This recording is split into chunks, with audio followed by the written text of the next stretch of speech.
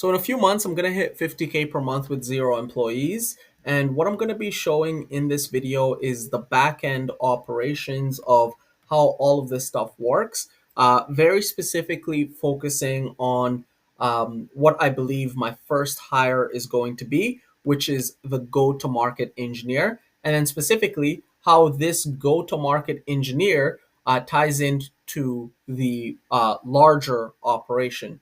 And so if you are interested, just go to afonto.com/careers. I've got the description. You could just apply, and I would be happy to look at your application. But essentially, this is what the service department looks like at the moment. So we've got the domain and inbox set up. This is outsourced. And so we're using tools like MailReef, MailForge, Hypertide, Google resellers, Microsoft resellers, all sorts of different things. And so it really didn't make sense as a one person agency to do this in house. It was taking so long. And so I've pretty much outsourced that. And all of the optimization on the domain and inbox setup are really based on pricing, and just choosing the right providers. And so, boom, this is outsourced. Nobody needs to worry about this.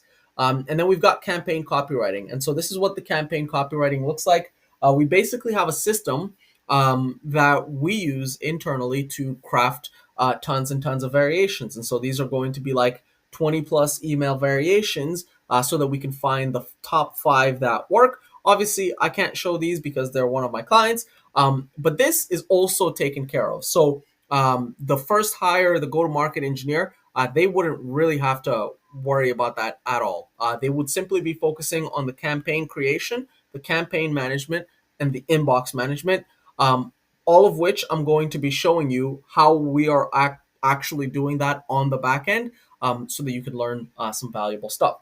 And then the final thing is client management. This is just going to be by myself, because I can manage all of the clients that we've got.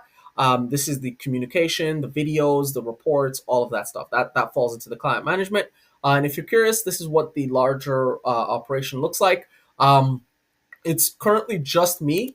So I focus on the service. My job is to do 100% of the tasks. As you can see, like we've got 15 campaign tasks, 2 list building, 8 client funnel. I've got a bunch of HubSpot, a bunch of domain setup tasks. So that's my job. Just do all of these tasks every single day.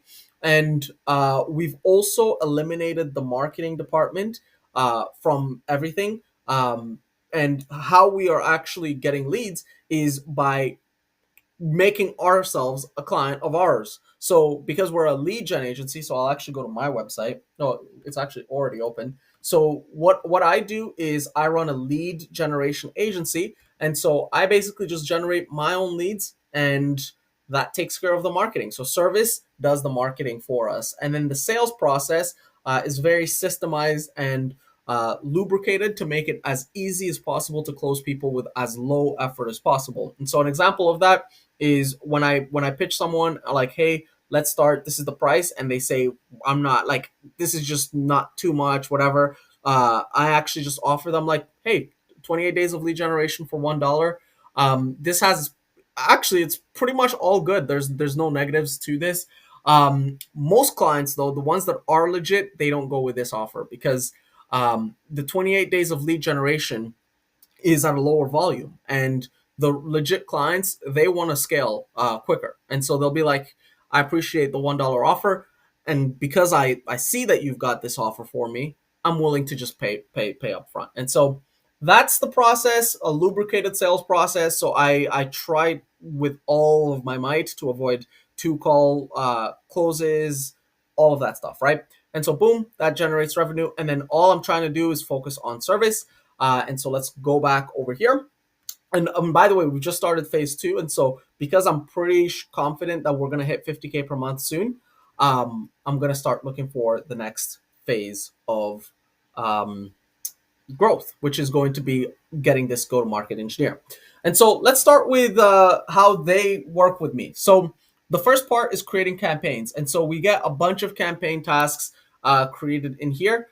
When I went to my extension, we had 15. And so I've currently just filtered it by myself. And so you're not going to be able to see all of them. And so what they're going to do is when they're ready to start working on a campaign, they'll basically just go ahead and move it to create table and campaign. I'll actually just show you refresh. So this is my client folder, refresh. These are the existing campaigns. As you can see, it ends at 3-1. I'll show you how the automation works in detail so that you see that as well. So we move it here, and then it triggers this automation over here, which is going to get the campaign, log into Smart Lead, log into Clay, do all of these things, move it to the folder, add the settings, do all of that stuff, and then reflect this over here back into ClickUp. So when we click on this campaign, now we're going to have the Smart Lead URL, and in a second, we're going to have the Clay URL as well. And so what this is going to allow the go-to-market engineer to do, so when we go back to this campaign creation, it's already done. So that's one part of their job, campaign creation, done. All right. And then we move on to the next step, which is finalizing the campaign. And so you would basically click on the campaign over here. Let's also show you like what this looks like in Smart Lead. So we'll refresh the page, 3-1. As you can see, we've got a brand new campaign over here. And so you would just click edit campaign. We go to sequences. This is empty, right? As you can see. And this is where we would now go back to the org chart to look at the campaign copywriting. And so we have the copy from our internal systems. And so all this go-to-market engineer would need to do is essentially just grab that and then copy and paste, right? So they don't need to be.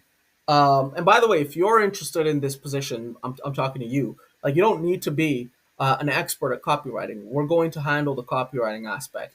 That being said, it is obviously important and it makes an impact, right?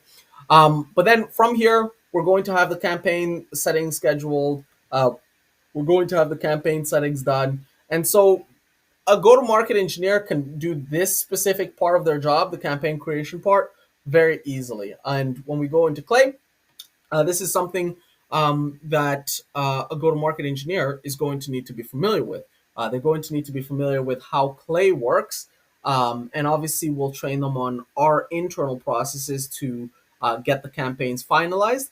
But they basically need to have some understanding of how to turn the copywriting that they receive. So like when I give you a copy like this, and let's say it has some AI personalization, as a go-to-market engineer, you didn't need to come up with the initial copy, but you need to be able to replicate that back into an actual workflow with automations. And so if that means, inserting left, use AI, creating a first line with AI that mimics what you saw in the copywriting doc, that's what you would be doing. So that's how I'm delineating these two roles: copywriter and then go to market engineer.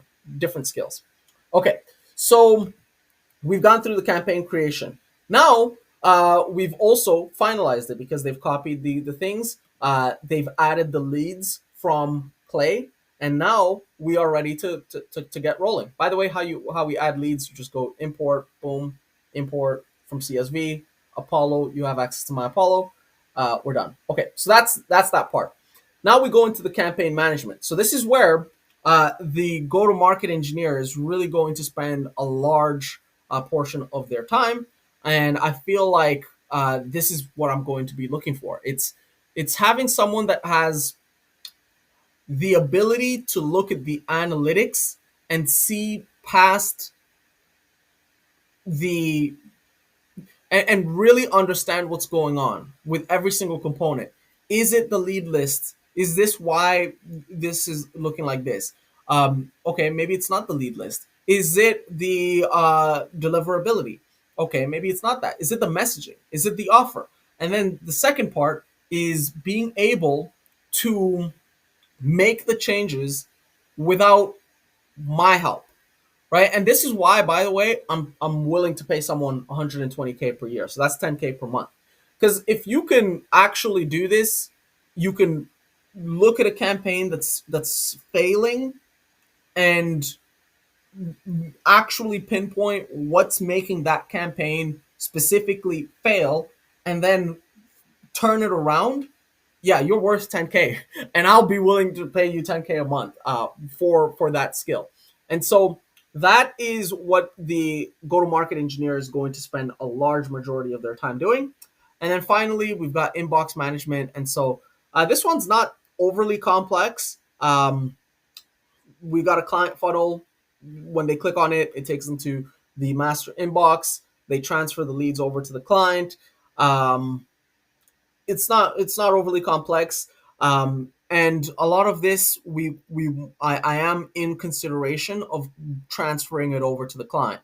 And so there is a world where I just get rid of this, and I outsource it back to the client because they have their SDRs, they have their systems, and they like the way that it works. And so these are the two main aspects of a go-to-market engineer.